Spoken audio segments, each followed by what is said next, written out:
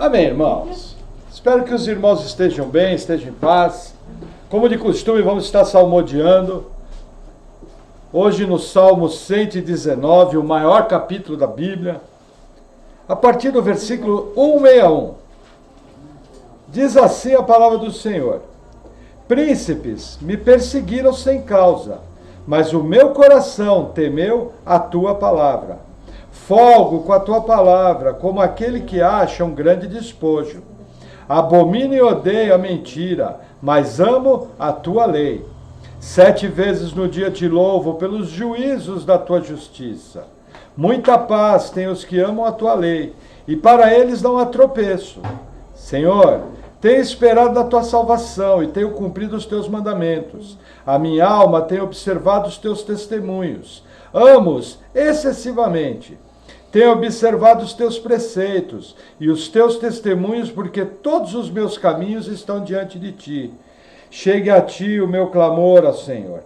Dá-me entendimento conforme a tua palavra. Chegue a minha súplica perante a tua face. Livra-me segundo a tua palavra. Os meus lábios proferiram louvor, quando me ensinaste os teus estatutos. A minha língua falará da tua palavra, pois todos os teus mandamentos são justiça. Venha a tua mão socorrer-me, pois escolhi os teus preceitos. Tenho desejado a tua salvação, ó Senhor. A tua lei é todo o meu prazer. Viva a minha alma e louvar-te-á. Ajudem-me os teus juízos. Desgarrei-me como a ovelha perdida. Busco o teu servo, pois não me esqueci dos teus mandamentos. Até aqui. Vamos orar. Senhor, nós queremos engrandecer o teu nome, queremos nos tornar verdadeiros adoradores que te adorem em espírito e verdade. E como diz o salmista, queremos andar em tua palavra, Pai. Mas o Senhor sabe das nossas lutas, das nossas dificuldades, da nossa incapacidade de fazer todo o bem que queremos. Mas nós sabemos que tu és o Todo-Poderoso, que capacita o teu povo, que unge os teus filhos para te adorar. Senhor, que nós possamos crescer em graça e crescermos como verdadeiros adoradores que te adoram em espírito e em verdade. Em nome de Jesus, amém. Amém, irmãos? Então vamos ao nosso texto base. Primeiro livro de Samuel, capítulo 17, capítulo 18. Se você encontrar o livro de Juízes, o próximo livro é 1 Samuel. Quantos irmãos procuram? Lembrando que nós estamos falando sobre o sofrimento. A nossa última palavra foi sobre enfrentando lutas. E a palavra de hoje é sobre estratégias durante as lutas. Porque o que acontece? Veja, nós sabemos que quando a luta vem, não tem como fugir. Por quê? Porque quem determina a luta é Deus. Aí o salmista fala: ainda que eu ande pelo vale da sombra da morte, tu estarás comigo. Então o que acontece? Eu tenho que entender que as lutas fazem parte da vida. Agora, eu não tenho como evitar as lutas determinadas por Deus. Mas eu posso escolher como eu vou passar por aquela luta. E só existem 2 maneiras de passar por uma luta. A primeira maneira é passar pela luta bem, tentando fazer o melhor possível. E a segunda maneira é extremamente simples, vai passar pela luta chorando, se lamentando, jogado pelos cantos e mal. O que acontece? A segunda maneira não resolve nada. Quando a luta vem, não adianta ficar chorando, não adianta ficar se lamentando, não adianta ficar com autocomiseração, pedindo, se achando a pior pessoa do mundo. O que adianta é tentar manter o melhor ânimo possível e ir para cima, e enfrentar a luta. E na Bíblia nós temos histórias notórias de homens que passaram por lutas até piores do que as nossas. Dentre esses homens, eu poderia escolher vários. Nessa noite eu escolhi falar um pouquinho sobre a vida do rei Davi.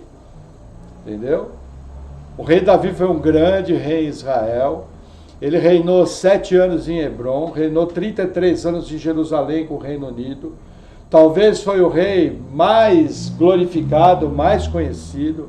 Mas antes dele chegar nessa situação, o rei anterior, Saul, o perseguiu, e o perseguiu de maneira dura. Agora, o que é interessante na vida do rei Davi? Num determinado dia, o profeta Samuel, que era a autoridade espiritual em Israel, vai fazer uma visita para o seu pai Jessé. A maior figura nacional vai na casa da família, fazer uma visita, passar o dia. E o que Davi está fazendo naquele dia? Está cuidando das ovelhas de sua família. Quer dizer, o principal acontecimento do ano na família, talvez da década. O que eles fazem com Davi? Menino, você fica no pasto tomando conta das ovelhas. Era o mais novo, era o que ele tinha que fazer. Só que o que acontece? Samuel estava lá para ungir o novo rei de Israel. E ele chama os primeiros irmãos de Davi, Deus fala, não são esses. Aí ele pergunta, tem mais algum filho? Aí o pai fala, aqui não, mas tem um que ficou tomando conta das ovelhas. Ele falou, manda chamar. Quando Davi entra, o profeta Samuel até estranha a sua doce aparência. Só que Deus fala para ele, olha, não olhe com teus olhos, porque eu vejo diferente de vocês. E Davi é ungido rei. Imagina você ser ungido hoje, rei do Brasil. Foi o que aconteceu. Agora, olha que interessante. No dia seguinte, sabe o que Davi foi fazer? Cuidar de ovelha. Voltou para a sua vida normal. Por quê? Porque os planos de Deus, eles se desenrolam. Deus é Deus de processo. Instantâneo. Lógico, tem mais coisa instantânea na Bíblia, mas o que eu percebo é salvação, novo nascimento e cura milagrosa. Isso aí é instantâneo. Mas o resto, de tudo que nós vemos na vida espiritual, são processos. E com Davi não foi diferente. Aí o que acontece? Davi é ungido rei, mas o rei Saul continua reinando em Israel. Só que o rei Saul começa a ser atormentado por um mau espírito. E aí, uma pessoa indica a Davi para tocar sua harpa e cantar, provavelmente, louvores, para acalmar o rei Saul. Veja, isso foi uma estratégia isolada, entendeu? Não existe nenhuma passagem bíblica que diz que louvor expulsa demônio. Você vai ter dificuldade de sustentar isso, porque não existe nada escrito, quando manifestar um demônio, canta louvor, que o demônio vai sair. Não existe isso na Bíblia. Nós não podemos pegar o caso isolado de Saul e transformar isso numa regra. Na verdade, o Novo Testamento manifestou demônio, você manda sair em nome de Jesus, acabou. Entendeu? Por que eu falo isso?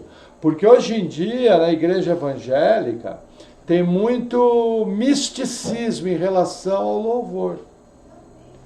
Gente, Deus habita em meio a louvores do seu povo santo, isso é bíblico. E a Bíblia nos orienta a engrandecer o Senhor, inclusive com cânticos espirituais. Só.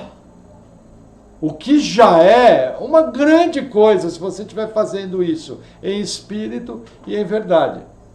Aí o que acontece? Nesse momento o rei Davi, ele começa a passar uma vida dupla. Períodos ele está no palácio de Saul, em Gibeá, e períodos ele está na sua casa, cuidando das coisas da família. E numa das estadas no palácio de Saul, começam as lutas de Davi. Olha que interessante. 1 Samuel 18, versículo 10, diz assim: E aconteceu que outro dia, que o mau espírito da parte de Deus se apoderou de Saul e profetizava no meio da casa.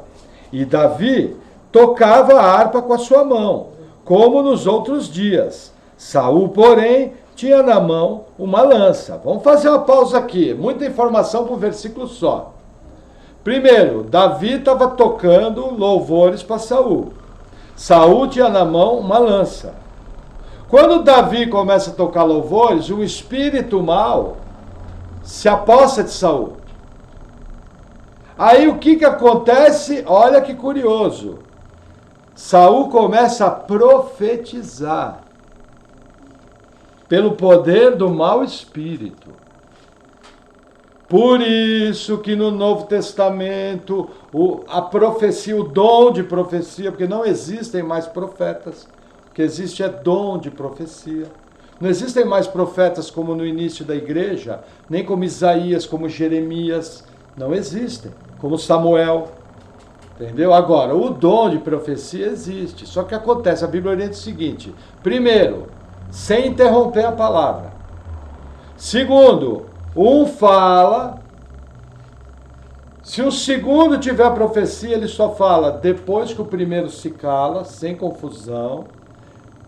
E se houver um terceiro, que é o máximo que a Bíblia permite, máximo 3, ele espera o segundo ficar quieto, e o terceiro, com ordem e decência, profetiza. Feito isso, a Bíblia orienta o seguinte: o quê? Os outros julguem. Profecias têm que ser julgadas. Por quê? Entre outras coisas, porque demônios podem tomar pessoas e usá-las como falso profeta. Um dos versículos que nós podemos ter isso de maneira aberta é a vida de Saul. Entendeu? Então, lembrando que nos reis e no Antigo Testamento o Espírito Santo era temporário. Não é como na igreja do Novo Testamento. A igreja do Novo Testamento nasceu de novo, o Espírito Santo passa a ser um só com o seu Espírito. Nova criatura, não tem mais como tirar. Esse é o ensino bíblico. Pode ser que por aí você vai ouvir algo diferente. Mas é por conta e risco da pessoa. Eu prefiro ficar com a Bíblia. Mas o que eu quero que você entenda é o seguinte: se alguém chegasse naquela sala e visse Saul profetizando, a primeira ideia que a pessoa ia ter seria falando: nossa, o rei está cheio do Espírito Santo. Profetizando. Mas olha que interessante, a Bíblia é um livro muito lindo. Versículo 11. E Saul atirou com a lança, dizendo: encravarei a Davi na parede. Porém, Davi se desviou dele por 2 vezes. Imagina, tentou matar Davi por 2 vezes. Entendeu? Então, assim, eu tenho que ter muito cuidado. Veja, nós cremos nos dons, amamos os dons, mas tem que tomar muito cuidado. Hoje em dia, vou falar com a maior tranquilidade do mundo: 70% é profetada. 70% é imaginação da cabeça da pessoa. 70% são impressões humanas. Pessoas sinceras, estando sinceramente enganadas. Porque, veja, a maior profecia que nós temos é a própria palavra. Agora, entendemos que nós não podemos limitar a ação de Deus. Se Deus, na sua soberania, escolher agir através de um dom, ele assim vai fazê-lo. Mas para isso, ele mesmo nos deixou critério. É proibido orar em línguas altas na igreja sem interpretação. É proibido profetizar sem ordem, fazer qualquer operação de dom, trazendo bagunça para o culto. Porque tem igrejas, irmãos, que parece um hospício. Sabe o que é hospício? De loucos. Hospital de loucos. Parece um hospício. Tem igrejas que elas envergonham o Espírito Santo. Quando se compara o Espírito Santo a um animal, a um cachorro, a algo bagunceiro, a algo sem pé nem cabeça. Isso ofende o Espírito Santo de Deus. E isso é muito comum. E infelizmente, principalmente aqui no Brasil, tem muito demônio usando a boca de falso profeta. E as pessoas, em vez de seguirem a Bíblia, elas deixam de seguir a palavra e seguem falsos profetas. Então, primeira estratégia nas lutas, já vem nesse versículo. Quando você está em luta, veja, o diabo sabe que você está em luta. Entendeu? E ele pode armar uma armadilha para você. E essa armadilha pode ser usada um falso profeta. E esse falso profeta pode ser usado para te colocar muito longe da vontade de Deus. Entendeu? Guarda isso. Profecias que sejam julgadas. 1 Coríntios capítulo 14. Não são palavras minhas, são do apóstolo Paulo. E no máximo 3 por culto. Entendeu? E por que ele escreveu isso? Porque o culto da igreja de Corinto era uma bagunça. Como nós vemos hoje em muitas igrejas. Entenderam? Para vocês terem uma ideia, em reunião da igreja, 23 anos eu vou completar de salvo. 1 ou 2 vezes o Senhor me deu algo claro, nítido, transparente, preciso. Mesmo assim, eu com muito cuidado, com muito temor, fiquei a reunião inteira em oração. E depois de confirmar que aquela era uma direção de Deus, fui conversar com a pessoa. Quando eu fui conversar com a pessoa, o olho encheu de lágrima.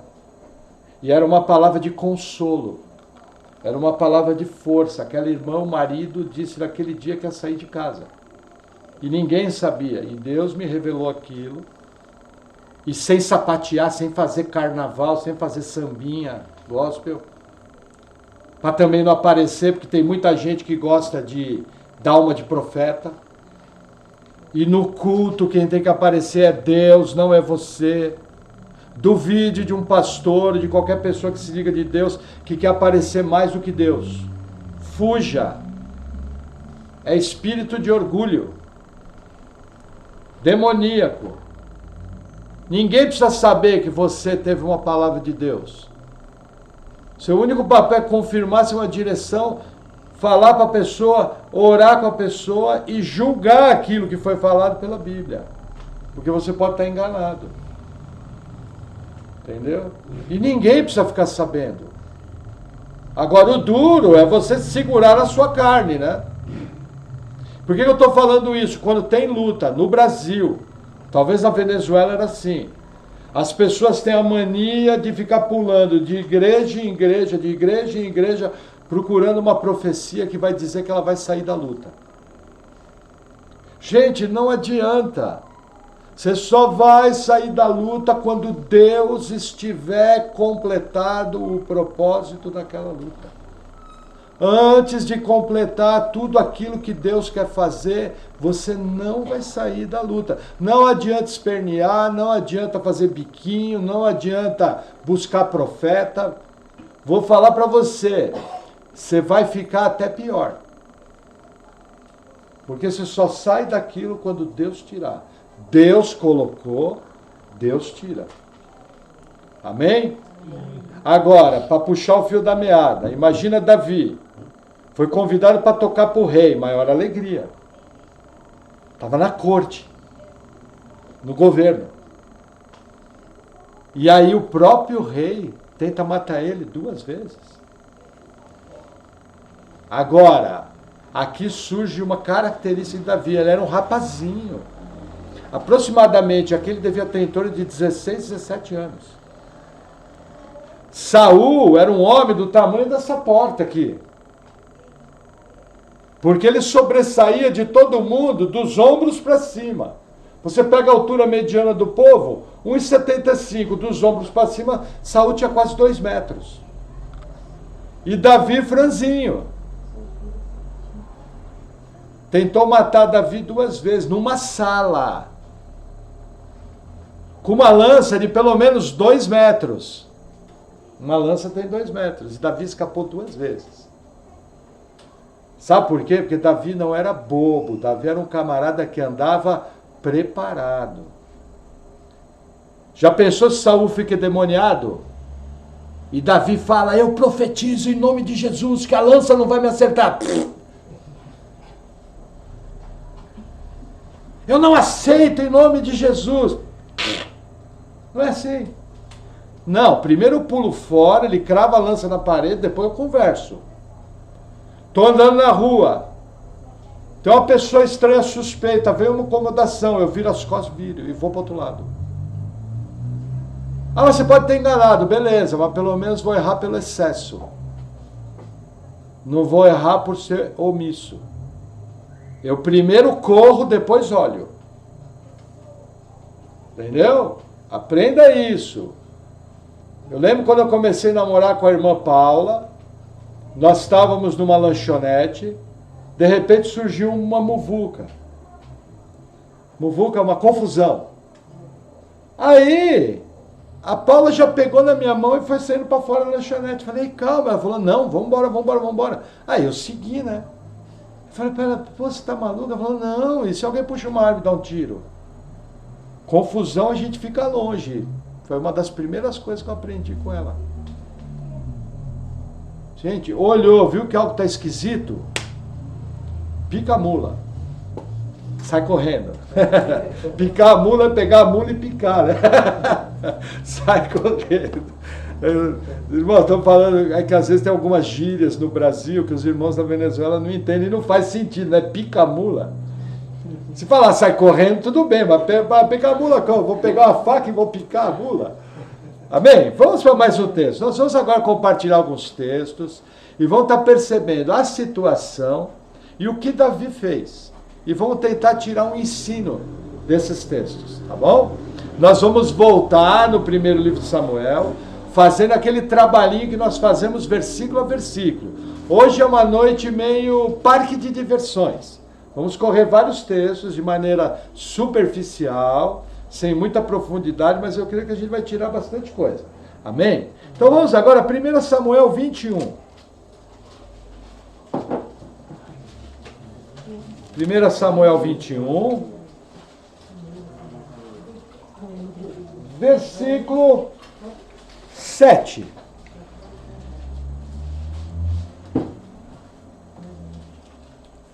Vamos ler o versículo 5. Deixa eu explicar a situação. Davi está fugindo de Saul. Aqui Davi já matou Golias. Saul está enciumado contra Davi e Saul quer matar Davi. Aí o que aconteceu? Davi está fugido. E ele vai procurar o sacerdote Aimeleque. Só que o sacerdote Aimeleque não sabe de nada que está acontecendo. Nós temos que lembrar que Davi era o principal general de Saul nessa época. Então Davi já não era mais um tocador de harpa. Ele era o comandante das tropas de Saul. Só que sem o sacerdote saber, Davi está fugindo. E aí ele procura o sacerdote atrás de comida, porque a sua tropa estava sem comida. E aí a narrativa nos fala, versículo 5. E respondeu Davi ao sacerdote e lhe disse... Não, pera lá, vamos ler o versículo 4. E respondendo o sacerdote a Davi disse, não tenho pão comum à mão, há porém pão sagrado, se ao menos os moços se abstiveram das mulheres. E respondeu Davi ao sacerdote e lhe disse, as mulheres, na verdade, se nos vedaram desde ontem e anteontem, porém eu saí. Os vasos dos moços eram santos, e de algum modo é pão comum, sendo que hoje santifica-se outro no vaso. Então o sacerdote lhe deu o pão sagrado, porquanto não havia ali outro pão, senão os pães da proposição, que se tiraram de diante do Senhor, para se pôr ali pão quente no dia em que aquele se tirasse. O que acontece? Davi pede comida. Só tinha os pães sagrados, que só os levitas podiam comer. Só que aqueles pães que tinham sido trocados. Foi colocado um pão novo na virada do sol. Aí o sacerdote falou o seguinte, olha, se pelo menos eles tivessem abstido das mulheres, acho que não haveria problema. Davi fala, olha, as mulheres se abstiveram de nós desde anteontem. Entendeu? E esse pão aí, como já foi trocado, já não é tão sagrado. Aí o sacerdote topou e deu o pão para Davi. E Davi comeu. Para vocês terem uma ideia desse fato, Jesus falou desse fato lá para os fariseus. Jesus fala, não viste como Davi comeu aquilo que não era lícito comer? Que eram esses pães. É essa passagem aqui. Entendeu? Só que Davi e sua tropa comeram, mas não foi só isso. Versículo 7.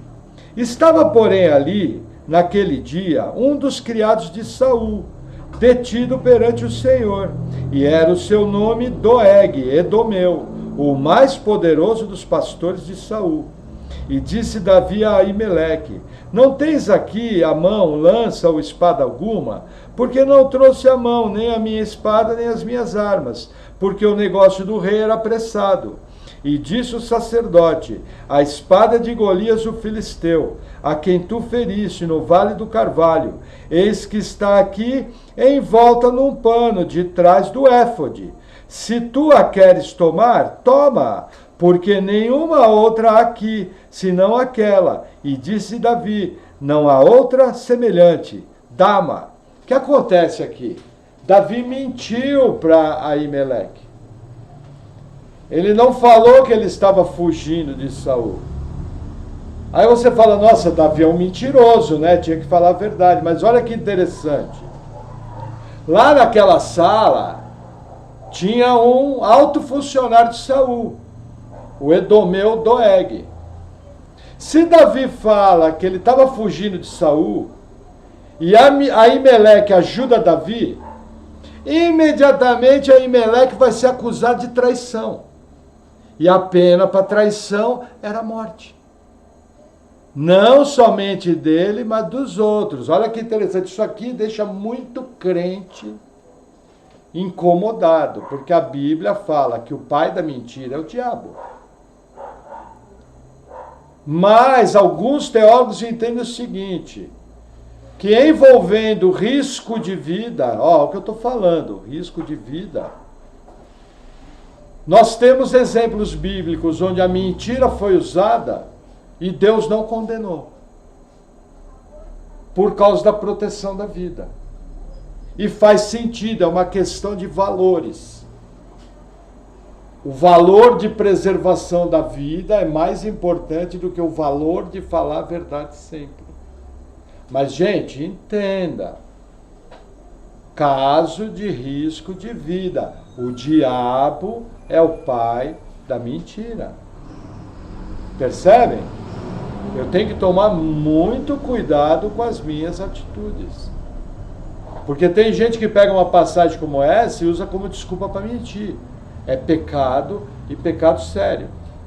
Mas a história não termina aqui. Olha que interessante. 1 Samuel 21, versículo 10. Vamos continuar a leitura.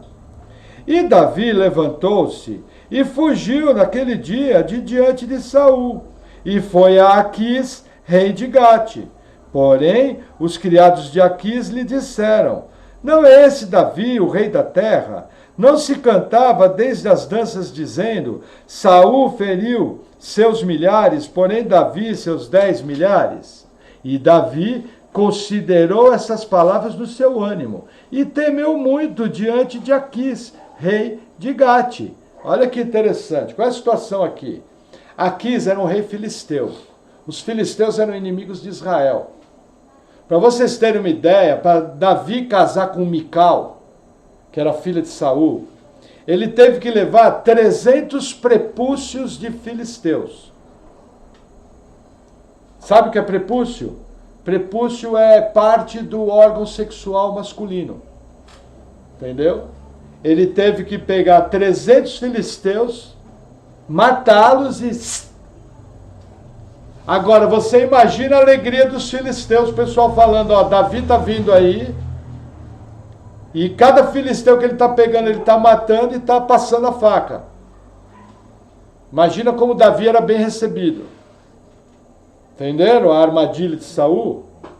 Aí o que acontece? Passados alguns anos, Davi foge para a região dos filisteus. E quando ele chega na corte do rei Aquis, os funcionários de Aquis falam, peraí, não é esse Aquis que se falava, Saul matou, esse Davi que falava, Saul matou a 1000 e Davi matou a 10.000. Quando Davi ouve isso, Davi percebe que sua vida está em risco. E é um dos momentos que a Bíblia fala que Davi temeu muito. Não são muitos os textos que a Bíblia fala isso. Davi percebe que sua vida está por um fio. Porque ele foi na toca do leão. Aí olha o que ele faz no versículo seguinte. Versículo 13. Por isso se contrafez diante dos olhos deles, e fez-se como doido entre as suas mãos, e esgravatava nas portas de entrada, e deixava correr a saliva pela barba. Então disse Aquis aos seus criados, eis que bem vedes que esse homem está louco. Por que me trouxestes a mim? Faltam-me a mim doidos, para que o trouxesse a este, para que fizesse doidices diante de mim? Há de entrar esse na minha casa? Então Davi se retirou dali e escapou para a caverna de Adulão. O que Davi faz? Davi mente, se fingindo de louco. E a Bíblia não diz que isso foi errado. Eu, particularmente, como estudioso da Bíblia, eu acredito que nos casos de preservação da vida, como esse, né? Não aqueles casos, fulano fez fofoca, aí você vai mentir em cima da fofoca. Por que? Ah, não, porque ele pode matar. Aí você olha, não, nada a ver, você está doido. Estão falando de caso extremo, por exemplo, 2 traficantes estão brigando na rua. Um deles sai correndo, entra na sua casa, se esconde. Você está no portão, o outro chega armado e fala, você viu o cara aqui de camisa branca? Você fala, ó, passou correndo lá para outra rua. É o que você vai fazer, não é? Ou você vai falar, vai pegar a sua Bíblia Almeida Corrigida e Fiel, botar o seu terno e falar, esse que veio a mim a palavra do Senhor, eu sou crente, não minto. Ele acabou de entrar aqui na minha casa, está lá no fundo, é isso que você vai fazer? Coisa sem pé nem cabeça. Não, você vai mentir. Por quê? Porque se você falar a verdade, aquela pessoa morre. E o sangue dela vai recair sobre você. Percebe que a gente precisa tomar cuidado com religião? Com religião vazia. Religião que não expressa as verdades do Senhor. Religião que não expressa uma espiritualidade baseada na inteligência, no bom senso e no amor. Tem muita gente por aí falando, eis que veio a minha palavra do Senhor, que o testemunho dele não vale uma palavra do que ele fala.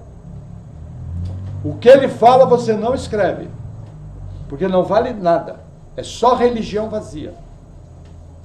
Entendeu? Essa é uma outra característica do profeta. O profeta verdadeiro tem caráter. A pessoa que é de Deus verdadeiro, lógico, eu falo profeta de uma maneira genérica. Entendeu? A pessoa que diz que é de Deus, ela tem que ter um testemunho de Deus.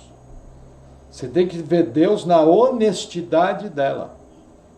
Se não for honesto, nem dê ouvido. É oi, oi, tchau, tchau e fica longe. Dá nem bola.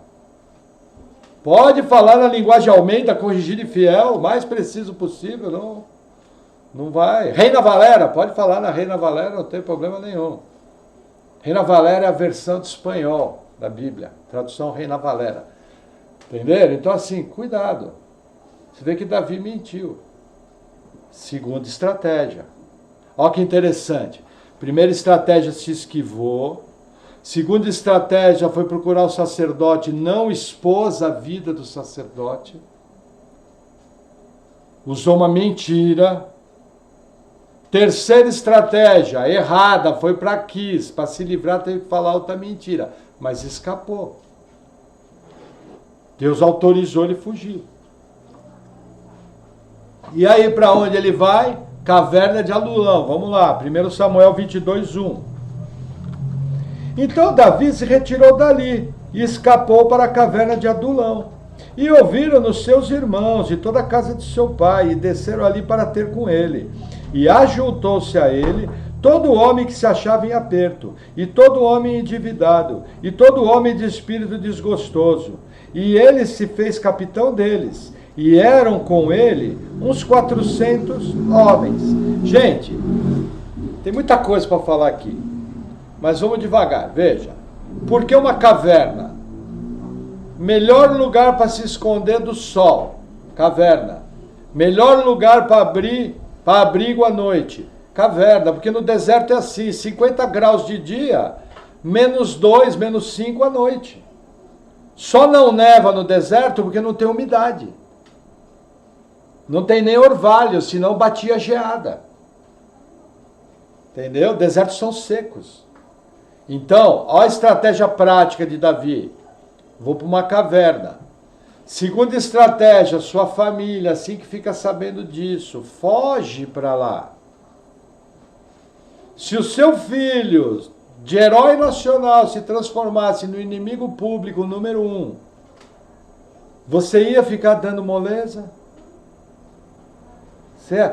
Vou lá conversar com o rei, vou resolver esse assunto. Você vai ficar preso. Irmãos, falar uma coisa para vocês. Essa crise que está acontecendo agora, mais de 2 milhões de pessoas escaparam. E elas escaparam por quê? Falando dessa guerra que está acontecendo. Elas escaparam porque elas perceberam que a coisa ia ficar feia. E antes que a coisa ficasse feia, elas se mandaram.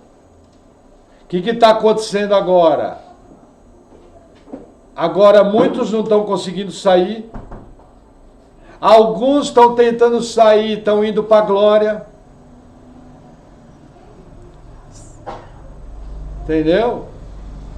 E outros, veja, tem cidades sitiadas sem água, sem luz, sem aquecimento.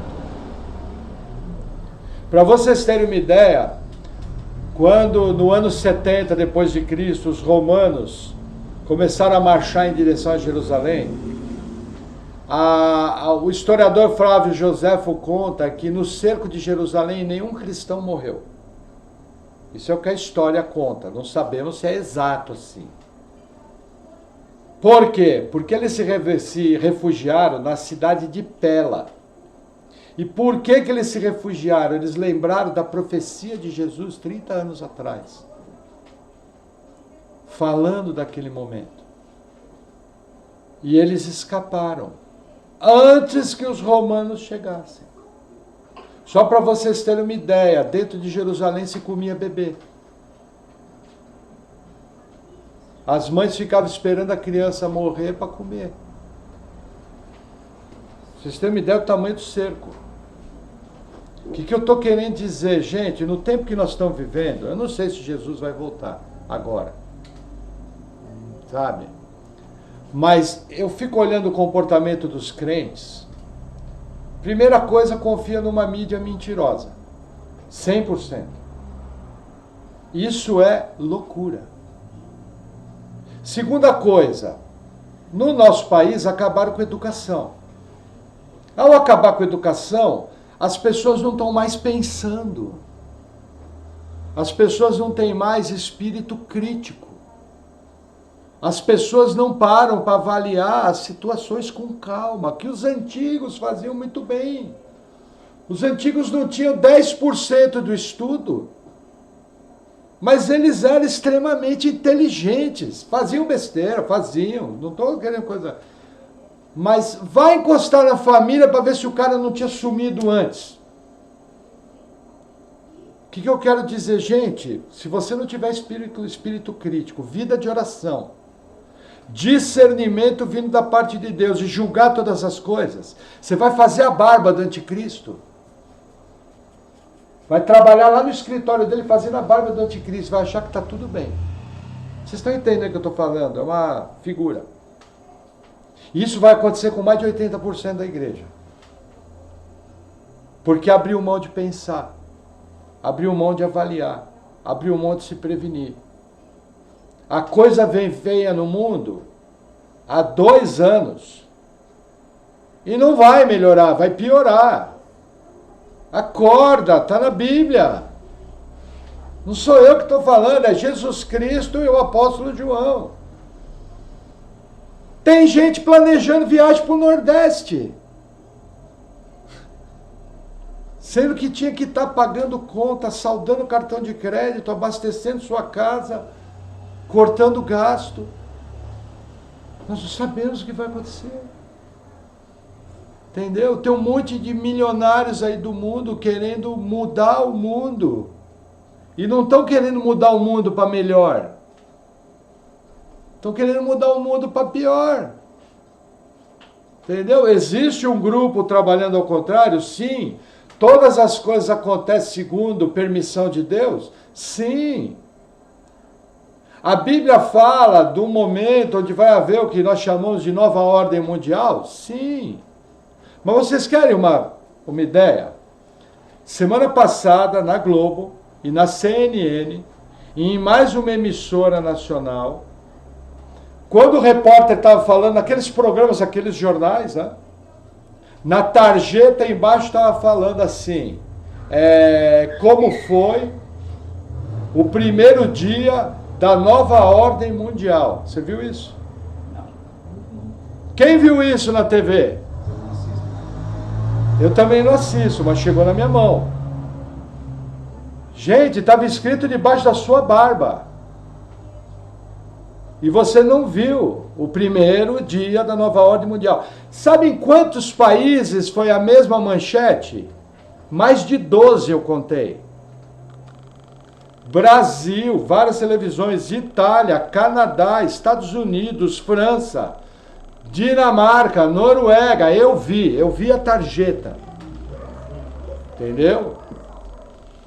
E a maioria das pessoas não viu. Agora, o que estava fazendo escrito na tarjeta da mídia aberta, primeiro dia da nova ordem mundial, se repetindo em todas as televisões? O que eles estão querendo nos dizer? Vocês entendem? Nós estamos vivendo um tempo que é para você estar orando, você está buscando a Deus, você está firme na igreja, você está em comunhão com o Espírito Santo que habita em você, está vigilante, cuidando da sua família, cuidando do seu dinheiro, cuidando do seu trabalho. As coisas da Bíblia só vão acontecer quando Deus sinalizar. Mas vai ter gente que vai ser pego de surpresa, porque a Bíblia fala, inclusive, de cristãos martirizados, mortos. Não sei se tem a palavra mártir, tem a palavra mártir. Cristãos vão ser martirizados pelo anticristo. E pelo andar da carruagem, pelo tipo de vida medíocre que nós levamos, antes de ser martirizado, ele vai fazer a barba do anticristo e servir um cafezinho. Porque é tolo. Abriu mão de pensar. Acredita numa mídia mentirosa, que só quer o seu mal, guardadas as exceções, é lógico. Não é algo estranho? Todo mundo fala a mesma coisa? E você fica chupando o dedo? Tudo igual. Não tem um que pensa diferente. Alguma coisa está esquisita. Entendeu? Cabe a nós. Gente, essa sabedoria você só alcança em Cristo.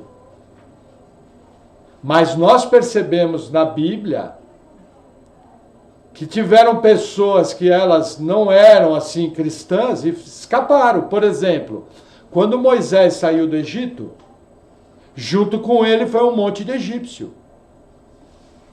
Provavelmente esses egípcios devem ter sacrificado o cordeiro e passado sangue na sua porta, provavelmente, para eles seguirem juntos. Deve ter tido algum ali, nós não sabemos, tá? Não acredite em novela da Record. Aquilo ali é entretenimento, não tem nada a ver com Bíblia aquilo ali. Mas serve, vai, para ter uma noção outra.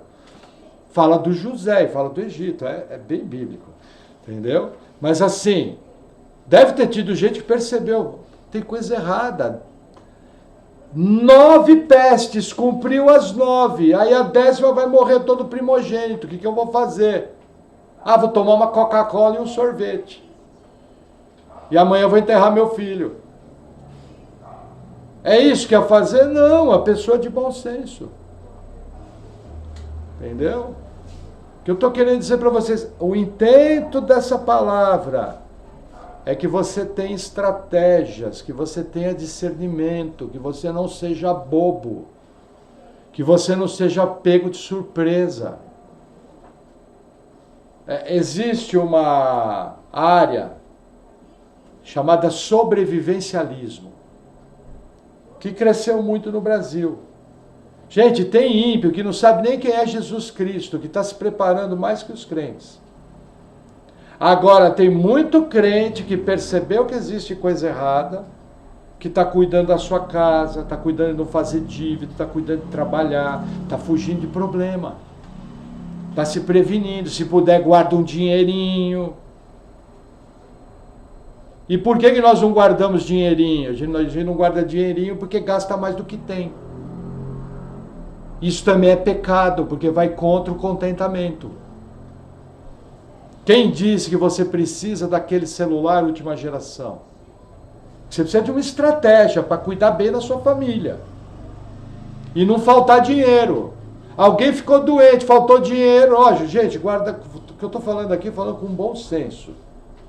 Eu já cheguei a levar meu filho no médico, minha situação financeira era tão ruim, que na fila eu orei, Senhor, que o médico dê um remédio bem barato, porque eu não tenho dinheiro para comprar o remédio. E naquele dia, eu fiquei sabendo que a prefeitura dava o antibiótico. Eu quase dei um beijo na testa do médico, deu uma cambalhota e saí correndo. Porque eu não tinha dinheiro para comprar antibiótico, porque naquela época minha situação financeira era extremamente precária. Não é disso que eu estou falando. O que eu estou falando é de gente pedindo pizza, fazendo extravagância, trocando celular, com o mundo pegando fogo. Aí depois vai reclamar para Deus. Entendeu? Se alguém ficar doente hoje, como é que você faz para comprar um remédio? Se o seu carro quebrar hoje. Irmãos, eu era o rei de fazer o carro pegar no tranco, porque não era sábio com o dinheiro, gastava mais do que tinha. Quando a bateria morria, não tinha dinheiro para comprar, ficava 15 dias pegando no tranco. Era aquela vergonha. Primeira coisa que Deus mexeu quando eu fui salvo foi isso. Graças a Deus, acabou. Já amarrei muito arame em carro. Mas nós procuramos ser prudente agora.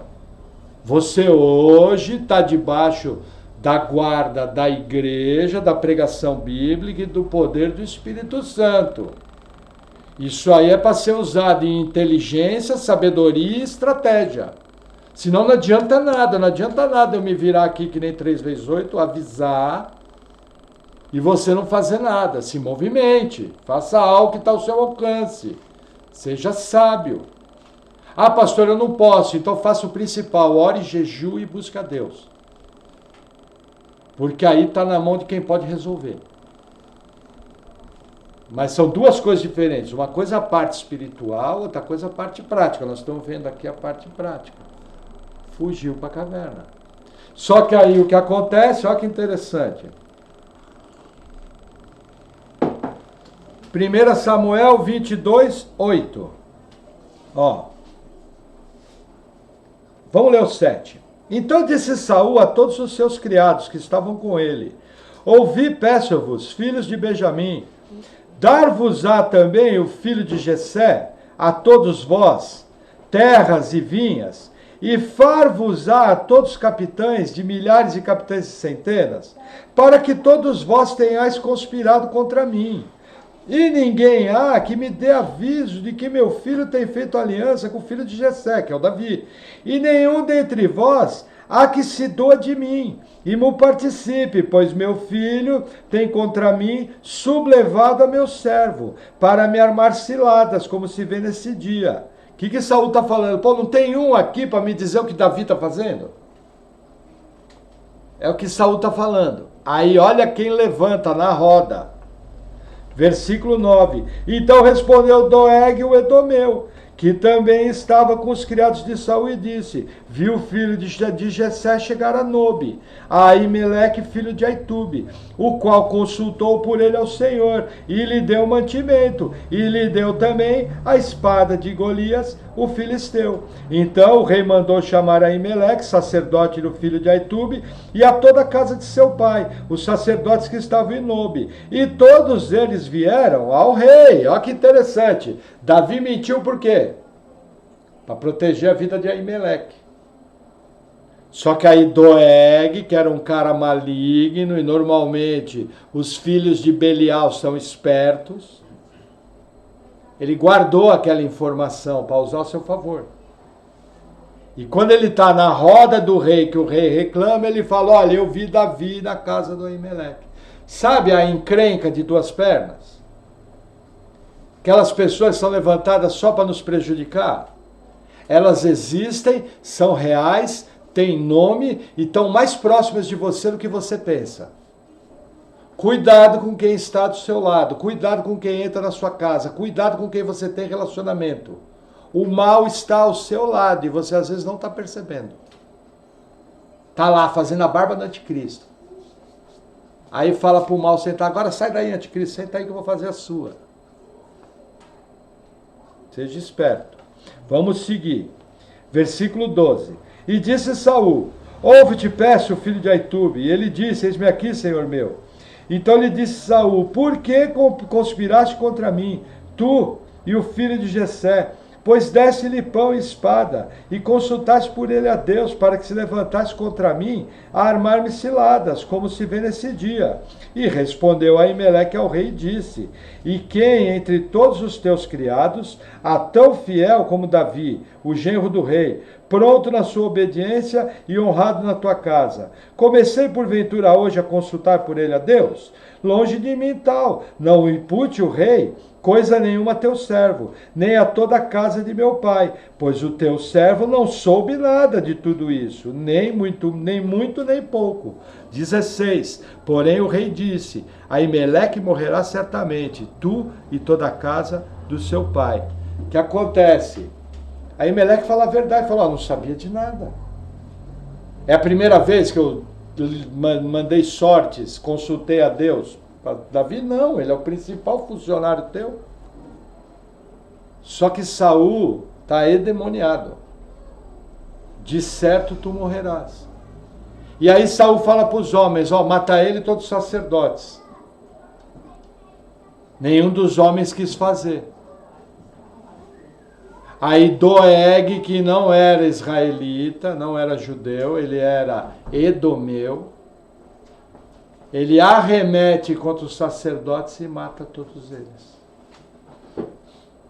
Agora eu pergunto, como é que Davi ia se sentir se ele não tivesse agido da maneira que agiu? Ele ia se sentir responsável, mas como ele agiu certo, tentando proteger a vida de Aimeleque, ele ficou com a consciência tranquila, provavelmente. Percebem, gente? Quando você faz o certo, a sua consciência fica tranquila. Ó, nos tempos que nós estamos vivendo hoje, presta atenção nisso, para o mal prosperar, basta que os bons fiquem em silêncio.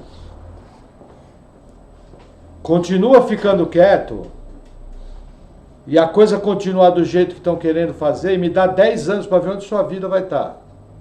Aí você vai vir chorar as pitangas, eu vou falar: ó, meu irmão, cantei a bola lá atrás, não abri o olho porque não quis. Agora seja homem, aguenta o tranco.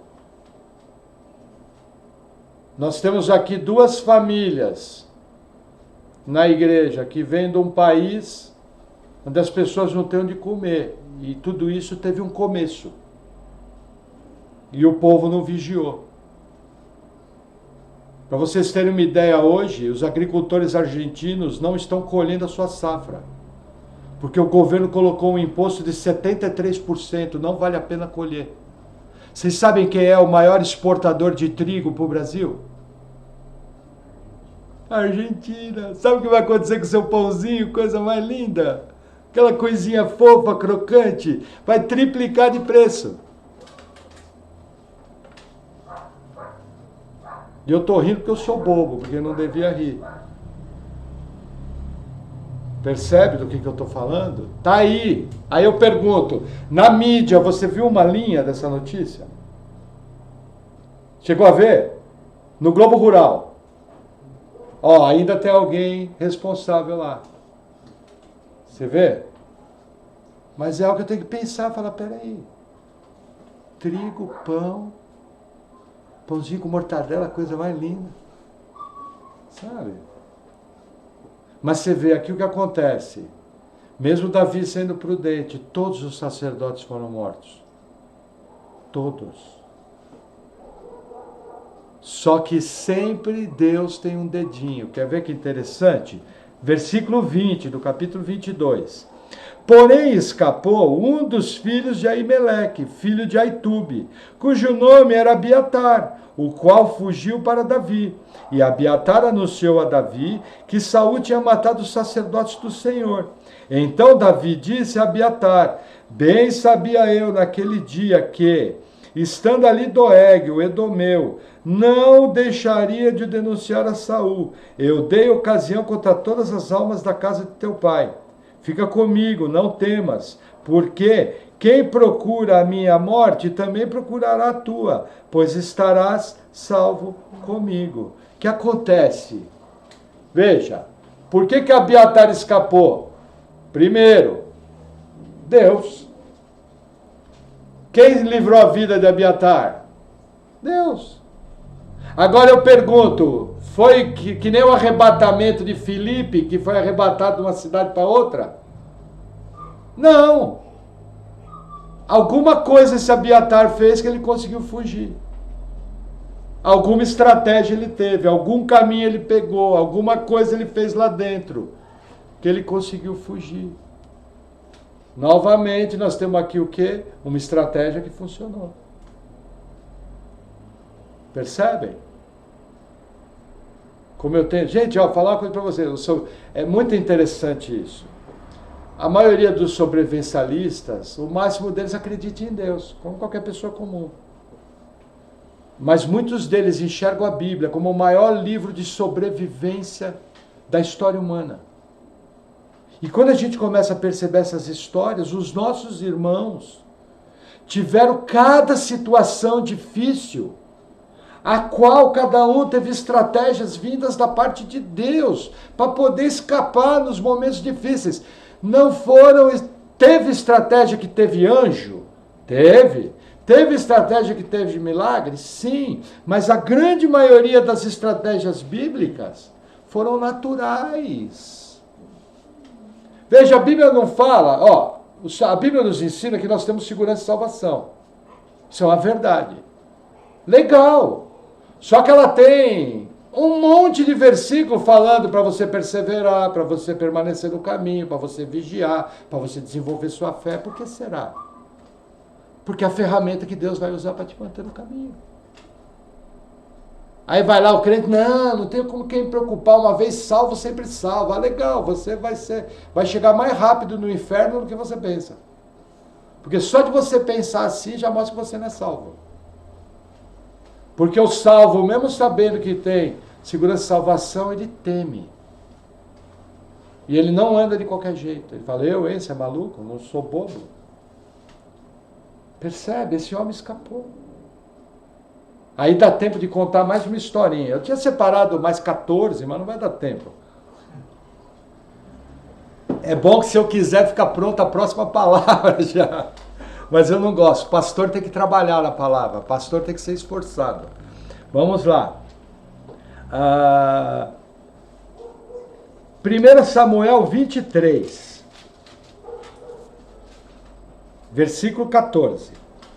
Diz assim: E Davi permaneceu no deserto, nos lugares fortes, e ficou em um monte no deserto de Zife.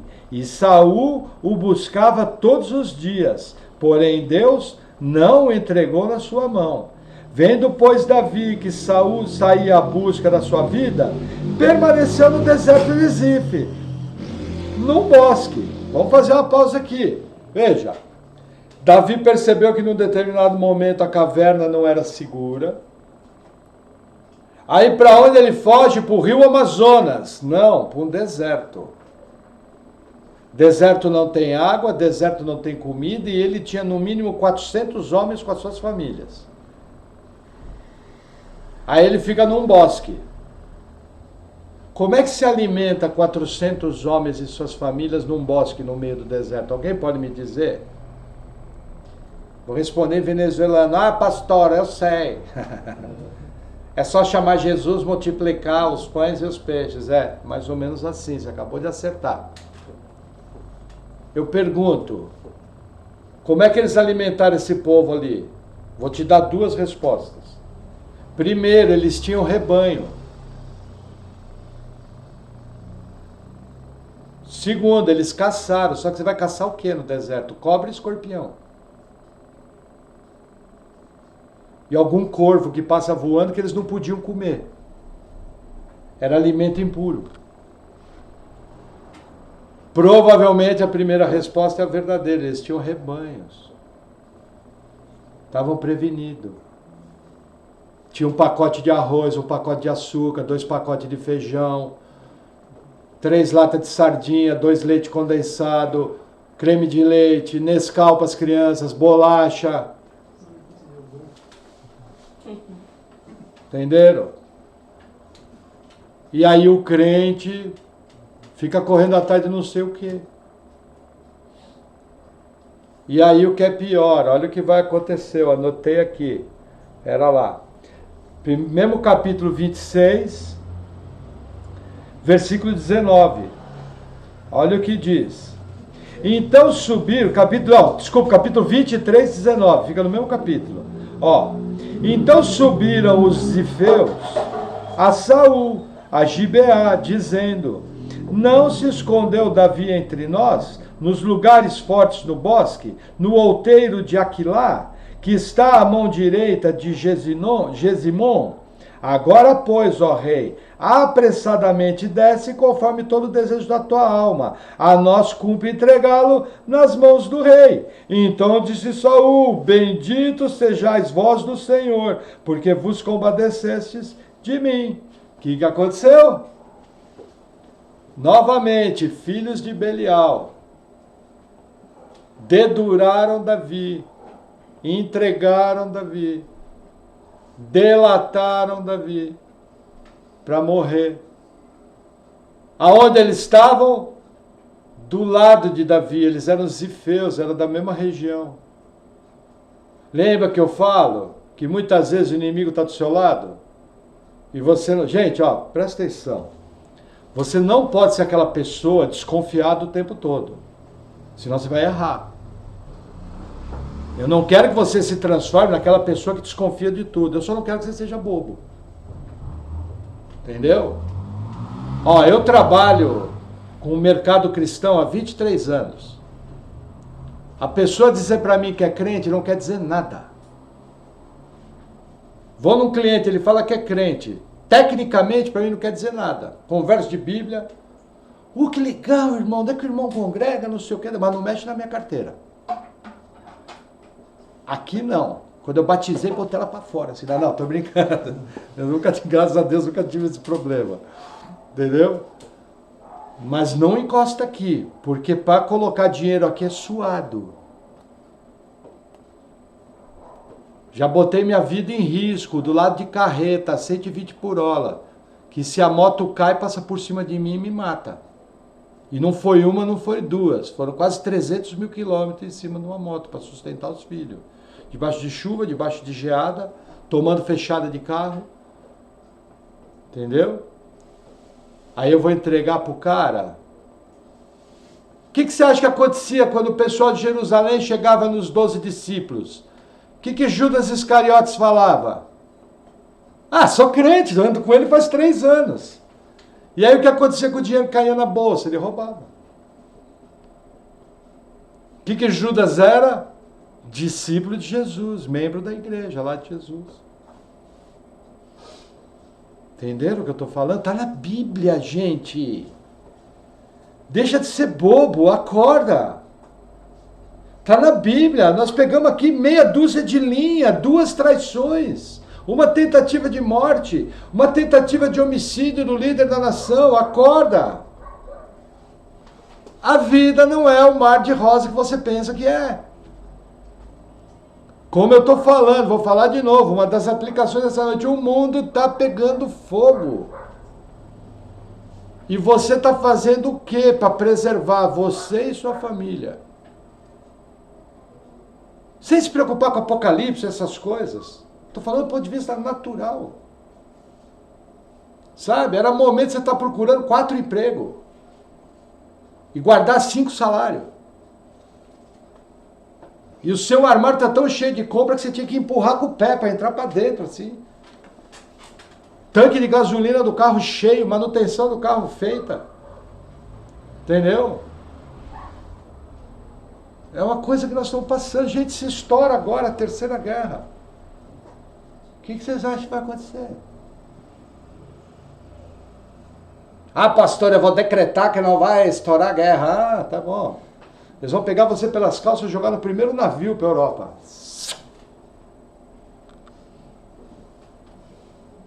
Percebe como nós somos inocentes? Custa se preparar. Eu acho, gente. Eu estou tranquilão. Mas estou assim, um olho no gato e o outro no peixe. Entendeu? Estou querendo mostrar para vocês, sejam sábios, sejam prudentes. Ó, o mal está do lado. O tempo todo. Dentro da nossa família tem gente que quer o nosso mal. Dentro da nossa vizinhança tem gente que quer o nosso mal. Dentro da igreja pode ter falso crente que quer o nosso mal. Falso pastor que só quer roubar o seu dinheiro. Entenderam? É época de sabedoria. Época de prudência. Época de discernimento. Época de pegar as palavras de Jesus e ficar atento. Lembra? E sereis odiados por causa do meu nome? Esses sereis odiados por causa do meu nome está junto com guerras, rumores de guerras, pestes, fomes, coisas espantosas. Gente, o ano passado os vulcões não pararam de explodir como nunca, acorda. Toda semana um vulcão entrava em erupção como nunca houve. Nós temos registro sólido de erupção vulcânica há mais de 100 anos, tudo registrado. A terra está cambaleando como um bêbado, como diz o profeta Isaías, e o cara está lá fazendo a barba do anticristo. Entendeu? É hora de se consagrar, é hora de buscar Deus, é hora de orar, é hora de ler Bíblia, é hora de ir para a igreja. Aí em cima disso, a unção que você recebe de Deus, você vai aplicar na sua família, mantendo ela em paz, mantendo ela calma, mantendo com discernimento. Seu filho vai vir conversar, papai, e a guerra? Não, filho, não se preocupa, Deus está no controle. As coisas só acontecem se Deus autorizar.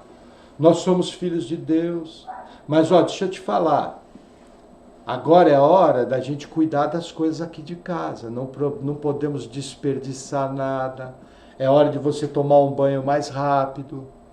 É hora de apagar as luzes da casa, porque energia elétrica está cara. Não é hora da gente ficar saindo para lá e para cá. E explicar para o seu filho para que ele cresça de maneira madura. E saiba entender que tem época que você vai fazer festa e tem época que você vai botar um escorpião em cada bolso. Para nem mexer. Percebem o que eu estou falando? Dentro das lutas eu tenho que estar estratégia. Eu acho que se você hoje sair daqui com o firme propósito de buscar a Deus de todo o seu coração, você já andou 98% do que tinha que andar. Só que os outros 2% são uma atitude prática, que é bom você começar a tomar. Para quê? Se acontecer alguma coisa pior, a economia piorar, os alimentos subirem, essa guerra realmente acontecer, eu acho que do ponto de vista militar, não chega no Brasil. Mas quem disse que precisa chegar do ponto de vista militar para ter problema? Entendeu? A gente já está vindo de uma crise sanitária. Entendeu?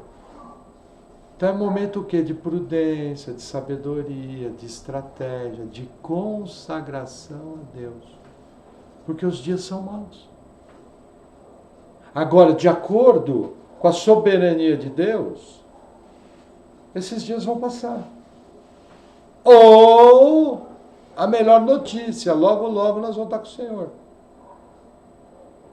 Coisa que você também não deve temer. Mas a pergunta é, se Jesus voltasse hoje, você estaria preparado? Tranquilão? Não, na boa, não preciso esquentar a cabeça. Essa é uma pergunta que só o seu travesseiro pode responder. Mas é bom você responder ela mais rápido do que eu estou falando aqui. Amém? Amém. Vamos orar? Senhor, obrigado por tua palavra. Eu oro em nome de Jesus te agradecendo. E Senhor, juntamente com os meus irmãos, eu quero fazer uma oração, um pedido de perdão a ti, Senhor. Todas as vezes em que nós somos omissos, todas as vezes em que não somos vigilantes, todas as vezes que nos entregamos de qualquer maneira ao prazer, às festas. E, Senhor, principalmente, todas as vezes que o Senhor não é o primeiro em nossa vida. Pai, que a partir de hoje nós possamos estar nos arrependendo desses maus caminhos. Que possamos nos apegar contigo, com a tua palavra, com a tua igreja, e vivermos uma vida cristã verdadeira. E também, Senhor, que o Senhor venha nos guiando através da tua unção, através do teu poder, para que tenhamos estratégias para prosperar nesses tempos difíceis.